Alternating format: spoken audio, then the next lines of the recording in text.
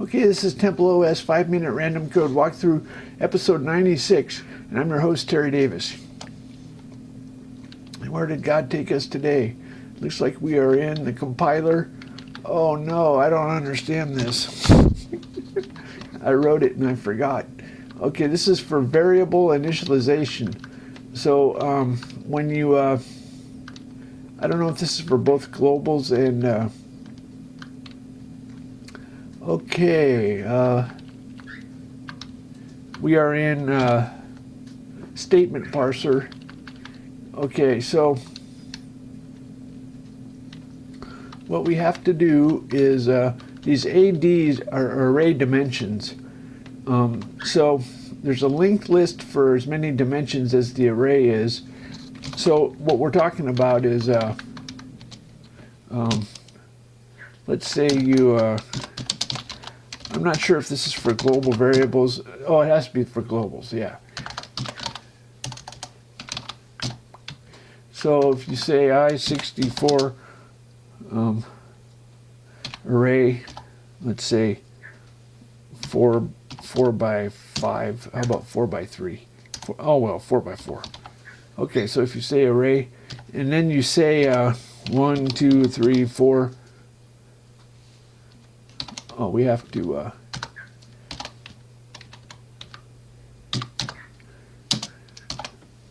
5, 6, 7, 8.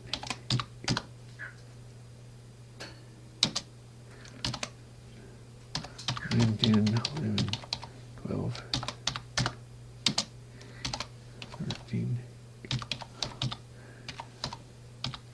Okay, so if we do something like this, we have to parse that. What if it's it could be a class. What if we had a class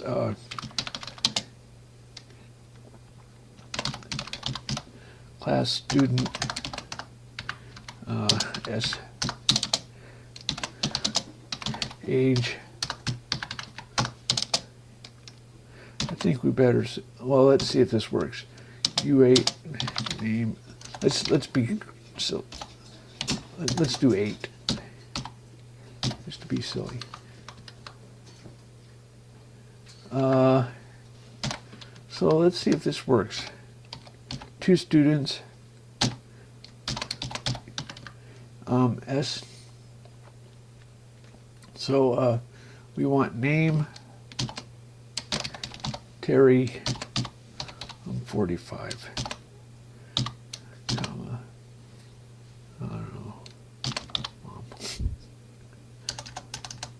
Comma.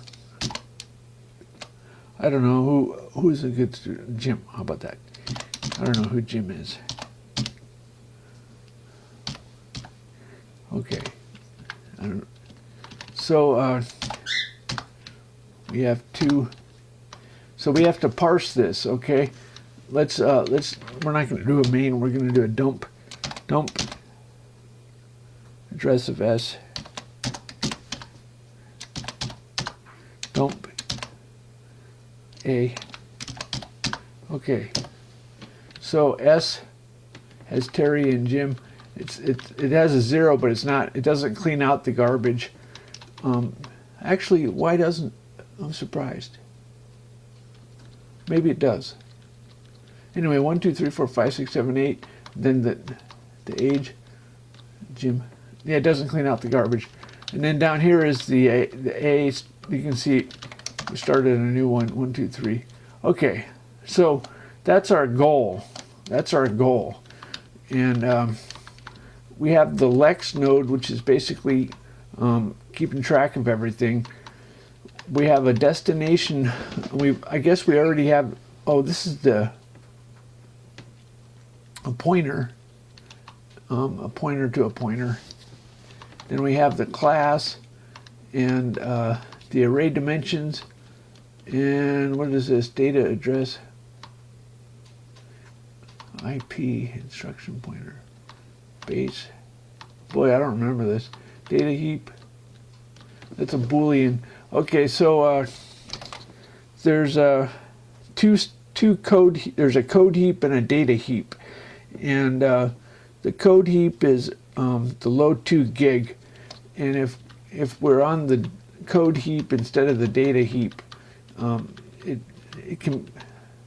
a little, technically I put global variables on the code heap for the time being, but they really belong on the data heap. You can set a flag and it will put them there.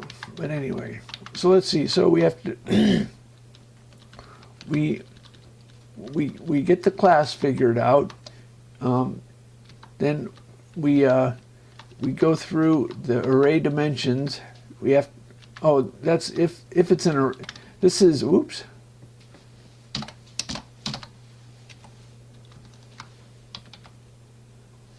We were in bar in it too. Okay, so if it's an array, then we have to do multiple values. Otherwise, we do one value. If it's a single. So if it's an array,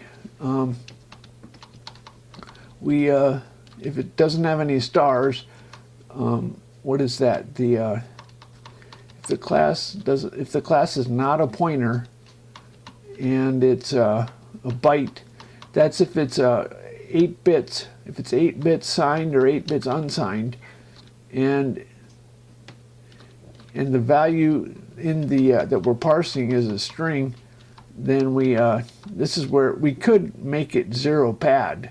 Remember we saw that it did not 0 pad. We could fix that right in this part of the program. Anyway, so that's if it's a string, and otherwise if it's a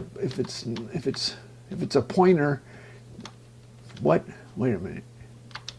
Okay, so this is if it's not a pointer. If it has 0 stars, does the first half. If it is a pointer, we just go ahead and skip braces. Now if the array count is less than 0, I don't even remember this. Apparently I put a -1. If I think I might do a minus count if you enter 2 braces that are closed, and then it has to figure that out. Otherwise, if it goes through all the count of the array, and it's a recursive call, as you can see. And then finally, when it gets to the singulars, goes there. So this is the single value. So we can go ahead and look at that. That's this routine up here. We're not going to look at that. Basically, it parses a single value. So if it goes through the members of a class, and what do you call these? Co-recursive? I don't know. Anyway, co-routines or something. So if it's pointers, we have to somewhere in here is where it parses integers, and it parses strings and integers separately. If it is a string, you do this. So if it's not a string, oh, it's parsing an expression. As a matter of fact, sometimes it will put dynamic code at runtime to be dynamic. As a matter of fact, if it has to, it will put dynamic code. Otherwise, we call the expression. I think this puts code in order to initialize, and if it's static, so if it's checking to see if it's constant. If it's not constant, then it puts dynamic code. Otherwise, for evaluating the expression, the integer or whatever expression. Otherwise, if it is constant, we call the code, and then we store the. Let's see. We copy. We have to deal with whether it's supposed to be converted to float or converted to integer.